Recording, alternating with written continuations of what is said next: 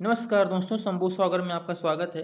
आज है 10 मई। आज हम लोग 10 मई से संबंधित सभी महत्वपूर्ण करंट अफेयर्स को देखेंगे और उनसे उनसे संबंधित सभी अदर अन्य फैक्ट भी देखेंगे जो उनसे संबंधित क्वेश्चन में पूछे जा सकते हैं। स्टार्ट करने से पहले आप लोगों से एक छोटी सी रिक्वेस्ट है कि शंभू स्वागत को लाइक, शेयर एवं सब्सक्राइब करना ना भूलें। तो आइए स्टार्ट करते हैं 10 मई से संबंधित सभी महत्वपूर्ण करंट अफेयर्स। क्वेश्चन नंबर 1 है, खादी एवं ग्रामोद्योग कमीशन का वित्त वर्ष 2019-20 में लाभ प्रतिशत बढ़ गया है। यानी कितने प्रतिशत खादी एवं ग्रामोद्योग कमीशन का वर्ष 2019-20 में बढ़ा है। तो ऑप्शन है ए 20%, ऑप्शन बी 31% और ऑप्शन सी 19% और ऑप्शन डी 25%। तो इस क्वेश्चन का राइट आंसर हो जाएगा ऑप्शन बी यानी 31% जो है खादी एवं ग्रामोद्योग कमीशन का वित्त वर्ष 2019-20 में लाभ प्रतिशत बढ़ा है। वहीं अच्छा अगर आप बात करें तो ऑप्शन नंबर सी यानी 19% की, तो 19% समच्छाधीन अवधि में जो है खादी एवं ग्रामोद्योग कमीशन का वित्त वर्ष 2019-20 में राजस्व बढ़ा है जो है। अच्छा, इससे संबंधित अदर फैक्ट हम लोग देखें तो केबीआईसी यानी खादी एवं ग्रामोद्योग कमीशन जो है किस मंत्रालय के तहत कार्य करता है, ये परीक्षा में पूछा जा सकता है। ये तो डायरेक्ट क्वेश्चन हो गया 31 और 19 क्वेश्चन। अगर घुमाना होगा तो इस तरह पूछ लेगा कि केवीआईसी जो है किस मंत्रालय के अधीन कार्य करता है जो है। तो राइट आंसर हो जाएगा कि खादी एवं ग्रामोद्योग कमीशन जो है एमएसएमई मंत्रालय के अधीन कार्य करता है। तो इस क्वेश्चन में हम लोगों ने क्या देखा कि खादी एवं ग्रामोद्योग कमीशन का वित्त वर्ष 2019-20 में लाभ प्रतिशत कितना बढ़ गया है। तो राइट आंसर क्या हो जाएगा 31% जो है लाभ प्रतिशत बढ़ गया है। वहीं समीक्षाधीन अवधि की बात करें तो समीक्षाधीन अवधि में 19% राजस्व बढ़ा है खादी एवं ग्रामोद्योग कमीशन का। अब दूसरा हम लोगों ने क्या देखा था कि केवीआईसी किस मंत्रालय के अधीन कार्य करता है। तो राइट आंसर क्या हो जाएगा एमएसएमई मंत्रालय के अधीन केवीआईसी कार्य करता है। इस क्वेश्चन के लिए इतना ही। बढ़ते हैं नेक्स्ट क्वेश्चन की तरफ। क्वेश्चन नंबर 2, एनजीटी ने एलजी पॉलीमर्स पर कितने करोड़ का जुर्माना लगाया है। तो ऑप्शन है A 20 crore, option B 50 crore, option C 30 crore और ऑप्शन डी 34 करोड़। तो इस क्वेश्चन का राइट आंसर हो जाएगा ऑप्शन बी यानी 50 करोड़ जो है एनजीटी ने एलजी पॉलीमर्स पर जुर्माना लगाया है। एनजीटी ने गैस लीक से जनहानि और लोगों के स्वास्थ्य व पर्यावरण को हुए नुकसान के लिए दक्षिण कोरियाई कंपनी एलजी पॉलीमर्स पर जुर्माना लगाया है जो है। अभी हाल ही में विशाखापट्टनम में जो है 11 या 12 लोगों की मौत हो गई थी। ये भी क्वेश्चन इंपॉर्टेंट बन जाता है कि आंध्र प्रदेश में हुई विशाखापट्टनम में हुई गैस लीक के माध्यम से कितने लोगों की जान गई। तो राइट आंसर क्या हो जाएगा 11 लोगों की जान गई जो है। क्वेश्चन पूछ लिया जाएगा कि किस संस्था ने जो है एलजी पॉलीमर्स पर जुर्माना लगाया है। तो राइट आंसर क्या हो जाएगा एनजीटी यानी राष्ट्रीय हरित अधिकरण जो है ने एलजी पॉलीमर्स पर कितने करोड़ का जुर्माना लगाया है। तो राइट आंसर 50 करोड़ का। अच्छा, आप क्वेश्चन पूछ लिया जाएगा कि एलजी पॉलीमर्स किस देश की संस्था या किस देश की कंपनी है। तो राइट आंसर क्या हो जाएगा जैसा कि हम लोगों ने देखा कि दक्षिण दक्षिण कोरियाई कंपनी एलजी पॉलीमर्स पर जुर्माना लगाया गया है। अच्छा, अब बात आती है कि कौन सी गैस लीक हुई थी जिसके माध्यम से 11 लोगों की जान गई या एनजीटी ने एलजी पॉलीमर्स पर 50 करोड़ का जुर्माना लगाया। ये भी क्वेश्चन इंपॉर्टेंट बन जाता है कौन सी गैस लीक हुई थी। तो स्टायरिन गैस लीक हुई थी जो एक जहरीली गैस है जिससे इसके लीक होने से सांस लेने में प्रॉब्लम आती है लोगों में जो, तो इसी के माध्यम से वहां पे 11 लोगों की जान गई। तो कौन सी गैस लीक हुई थी स्टायरिन गैस लीक हुई थी। अच्छा, अब बात आती है एनजीटी की। तो एनजीटी के बारे में भी हम लोग थोड़ा देख लेते हैं कि एनजीटी यानी राष्ट्रीय हरित अधिकरण जिसकी जो है यह स्थापना बोले जो है तो इसकी स्थापना जो है 2010 में हुआ था। अच्छा, आप क्वेश्चन और घुमाना होगा तो इस तरह पूछ लिया जाएगा कि जो है एनजीटी का भारत के संविधान के किस भाग में उल्लेख मिलता है। तो राइट आंसर क्या हो जाएगा एनजीटी का जो है भारत के संविधान के भाग 3 में उल्लेख मिलता है। भाग 3 के अनुच्छेद 21 में जो है यह संबंधित है जो है भारत के संविधान से भाग 3 के अनुच्छेद 21 से एनजीटी संबंधित है जो है। बढ़ते हैं नेक्स्ट क्वेश्चन की तरफ। क्वेश्चन नंबर 3, डीआरडीओ द्वारा बनाया गया हाई पावर स्टेरिलाइजर को नाम दिया गया है। तो ऑप्शन है ए पवन, ऑप्शन बी गीत, ऑप्शन सी अतुल्य और ऑप्शन डी सम्राट। तो इस क्वेश्चन का राइट आंसर हो जाएगा ऑप्शन सी यानी अतुल्य।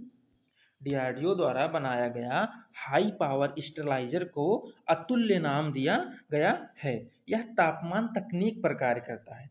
इसके कार्य की तकनीक पर बात करें तो यह तापमान तकनीक पर कार्य करता है। अच्छा, अब इसका उपयोग क्या है, किस लिए बनाया गया है, यह हाई पावर स्टेरिलाइजर है क्या जो है, यह अतुल्य है क्या, तो यह कोविड-19 वायरस को मार सकता है। ऐसी जो है डीआरडीओ ने जो है निर्धारित किया है कि यह कोविड-19 से लड़ सकता है, यानी कोविड-19 वायरस को मार सकता है जो है। इस हाई पावर स्टेरिलाइजर को उसके सामने 10 से 15 सेकंड के सामने रख दें जो है उस व्यक्ति को, तो उस व्यक्ति से जो है कोविड-19 वायरस को मारा जा सकता है जो है। ऐसी डीआरडीओ ने सूचना दी है। अच्छा, अब बात आती है डीआरडीओ की, तो डीआरडीओ के बारे में भी हम लोग थोड़ा जान लेते हैं। इससे संबंधित भी करंट अफेयर से क्वेश्चन घुमा फिरा के पूछ लेते हैं कि डीआरडीओ यानी defence research and development organisation, जिसकी स्थापना जो है 1958 में हुई थी। और अच्छा, इसके हेडक्वार्टर की बात करें तो इसके हेडक्वार्टर की बात हम लोग करें तो इसका हेडक्वार्टर न्यू दिल्ली में स्थित है। और यहाँ के डीआरडीओ के चेयरमैन की बात करें तो जैसा कि आप लोगों को पता ही होगा, तो यहाँ इसके चेयरमैन जी सतीश रेड्डी हैं जो है।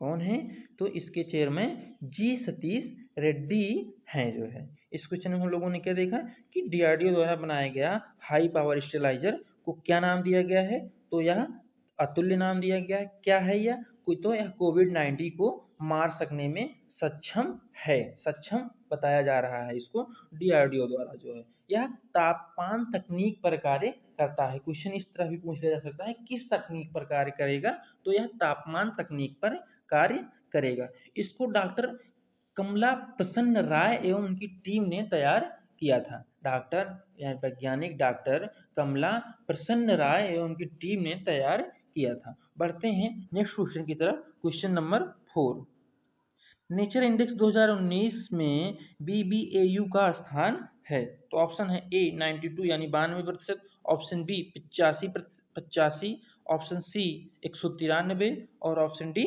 94 रैंक है।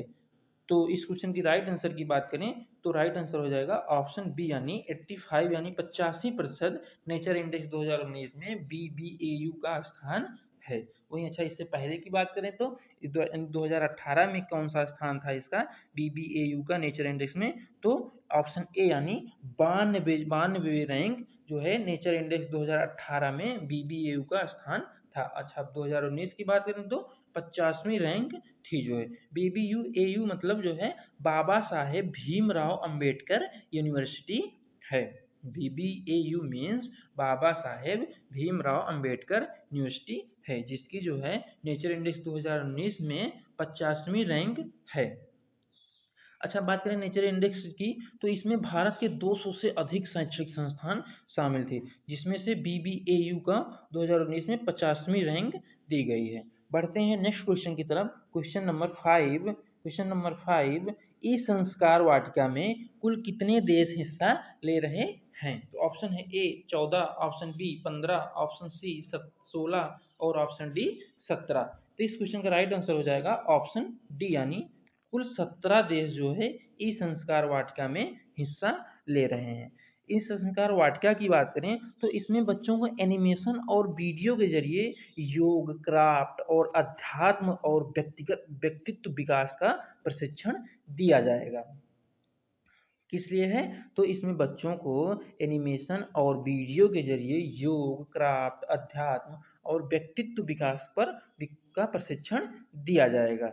अच्छा, ई संस्कार वाटिका में जो है 6 से 20 मई तक चलेगी, यानी ई संस्कार वाटिका कब से कब तक रहेगी, तो ई संस्कार वाटिका 6 से 20 मई तक चलेगी। इसमें जो है 8 से 15 साल तक के बच्चे ही हिस्सा ले सकते हैं और अदर एज के बच्चे नहीं ले सकते। किस एज के बच्चे हिस्सा ले सकते हैं ई संस्कार वाटिका में, तो कुल इसमें 8 से 15 साल तक के बच्चे ही हिस्सा ले सकते हैं जो है। इससे संबंधित अदर फैक्ट को हम लोग देखेंगे तो गीता परिवार की ओर से यह ई संस्कार वाटिका पहली बार शुरू या प्रारंभ की गई है। किसने इसको प्रारंभ किया है ई संस्कार वाटिका को? तो गीता परिवार की ओर से पहली बार, यह गीता परिवार एक संस्था है जिसने पहली बार इस तरह के जो है ई संस्कार वाटिका को प्रारंभ किया है। अच्छा, अब बात करते हैं गीता परिवार संस्था के राष्ट्रीय उपाध्यक्ष की। तो गीता परिवार संस्था के राष्ट्रीय उपाध्यक्ष आशु गोपाल हैं जो है, आशु गोपाल हैं। बढ़ते हैं नेक्स्ट क्वेश्चन की तरफ। Question number 6, Vista equity partner ने जियो में कितने प्रतिशत हिस्सेदारी खरीदी है? जैसा कि आप लोग देख ही रहे होंगे कि जियो ने लगातार अपनी हिस्सेदारी कम करती जा रही है और अदर संस्थाओं को इसमें हिस्सा लेने के पार्टनर बनाती जा रही है। तो विस्टा इक्विटी पार्टनर ने जियो में कितने प्रतिशत हिस्सेदारी खरीदी है? तो ऑप्शन है ए 2.22%, ऑप्शन बी 9.99%, ऑप्शन सी 1.15% और ऑप्शन डी 2.39%। तो इस क्वेश्चन का राइट आंसर हो जाएगा ऑप्शन ए यानी 2.22% जो है। विस्टा इक्विटी पार्टनर ने जियो में 2.22 यानी 2.22% जियो में हिस्सेदारी खरीद ली है या उसका पार्टनर हो गया है 2.22% का। अच्छा, बात करते हैं कि ऑप्शन नंबर बी यानी 9.99% की जो है, तो 9.99% अभी हाल ही में फेसबुक ने जो है जियो में हिस्सेदारी ली थी जो है। और ऑप्शन नंबर सी की बात करें तो ऑप्शन नंबर 1.15% यानी को सिल्वर लेक ने जियो में हिस्सेदारी खरीदी थी। अभी तक जो है अभी तीन कंपनियों ने जियो में हिस्सेदारी खरीद चुकी है। कौन कौन? विस्टा इक्विटी पार्टनर ने 2.22% और ऑप्शन नंबर बी की बात करें तो 9.99% के साथ फेसबुक ने भी जियो में हिस्सेदारी खरीद ली है या उसका हिस्सेदार बन गया या पार्टनर बन गया है। और ऑप्शन सी की बात करें तो 1.15% जो है सिल्वर लेक ने जो है जियो में पार्टनर बन गया है 1.15% के साथ। बढ़ते हैं नेक्स्ट क्वेश्चन की तरफ। क्वेश्चन नंबर 7, हाल ही में हुई नीलामी में किस बैट्समैन का बैट 10 लाख रुपए में खरीदा गया? तो ऑप्शन है A Sachin Tendulkar, option B Brian Lara, option C Azhar Ali और ऑप्शन डी रोहित शर्मा। तो इस क्वेश्चन का राइट आंसर हो जाएगा ऑप्शन सी यानी अजहर अली। अभी हाल ही में हुई नीलामी में अजहर अली का बैट जो है 10 लाख रुपए में खरीदा गया। अच्छा, आप बात करते हैं अजहर अली किस देश से संबंधित हैं? तो अजहर अली की बात करें तो यह पाकिस्तान से संबंधित है, यह पाकिस्तान के बैट्समैन हैं जो है। अजहर अली पाकिस्तान के क्रिकेटर हैं जिनके बैट को अभी हाल ही में नीलामी में 10 लाख रुपए में खरीदा गया है। बढ़ते हैं नेक्स्ट क्वेश्चन की तरफ। क्वेश्चन नंबर 8, शरत चंद्रशेखर किस क्षेत्र से संबंधित थे? बहुत नामचीन व्यक्ति थे, तो जिनकी भी हाल ही में 103 वर्ष की आयु में मृत्यु हो गई। कितनी वर्ष में? तो 103 वर्ष की आयु में इनकी मृत्यु हो गई। तो शरत चंद्रशेखर किस क्षेत्र से संबंधित थे? तो ऑप्शन है ए संगीतज्ञ, ऑप्शन बी पत्रकार, ऑप्शन सी वैज्ञानिक और ऑप्शन डी गणितज्ञ। तो इस क्वेश्चन का राइट आंसर है, जैसा कि आप लोगों को लग रहा होगा कि शरत चंद्रशेखर पत्रकार या वैज्ञानिक होंगे, लेकिन गलत। तो इस क्वेश्चन का राइट आंसर हो जाएगा ऑप्शन डी यानी गणितज्ञ। शरत चंद्रशेखर जिनका अभी हाल में निधन हो गया, वो एक महान गणितज्ञ थे जो है। शरत चंद्रशेखर की कुछ अदर फैक्ट के बारे में हम लोग देखें तो इन्हें ऑयलर्स स्पाइलर्स में सबसे युवा कहा जाता था। क्वेश्चन इस तरह से पूछ लिया जा सकता है कि ऑयलर स्पाइलर्स में सबसे युवा किसे कहा जाता है या किसे कहा जाता था? तो राइट आंसर क्या हो जाएगा? शरत चंद्रशेखर। तो इस क्वेश्चन में हम लोगों ने क्या क्या देखा कि शरत चंद्रशेखर किस क्षेत्र से संबंधित थे? गणितज्ञ, वह एक गणितज्ञ थे। इस तरह भी पूछ लिया जा सकता है कि ऑयलर स्पाइलर्स में सबसे युवा किसे कहा जाता था या किसे कहा जाता है? तो राइट आंसर क्या हो जाएगा? शरत चंद्रशेखर को ऑयलर स्पाइलर्स में सबसे युवा कहा जाता था या कहा जाता है। इस क्वेश्चन के लिए इतना ही। बढ़ते हैं नेक्स्ट क्वेश्चन की तरफ। क्वेश्चन नंबर 9,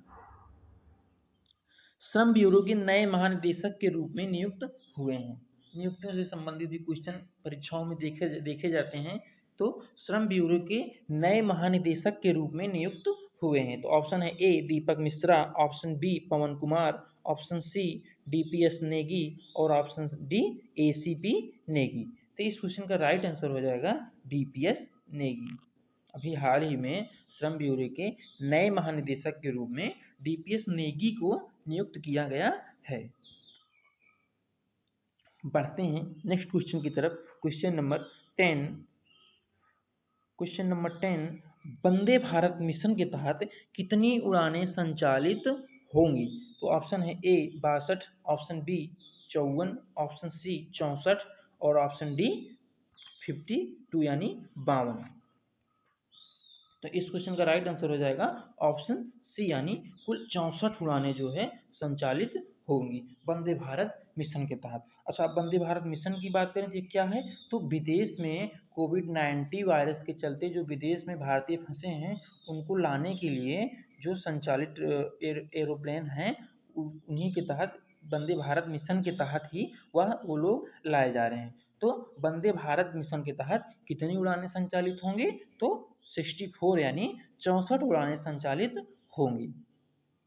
अब बढ़ते हैं नेक्स्ट क्वेश्चन की तरफ। क्वेश्चन नंबर 11, मिशन मोड किस मंत्रालय से संबंधित है? तो ऑप्शन है ए पर्यावरण मंत्रालय, ऑप्शन बी अल्पसंख्यक मंत्रालय, ऑप्शन सी कृषि और किसान कल्याण मंत्रालय और ऑप्शन डी इनमें से सभी यानी तीनों मंत्रालय से संबंधित है। तो इस क्वेश्चन का राइट आंसर हो जाएगा ऑप्शन सी यानी कृषि और किसान कल्याण मंत्रालय जो है मिशन मोड से संबंधित है।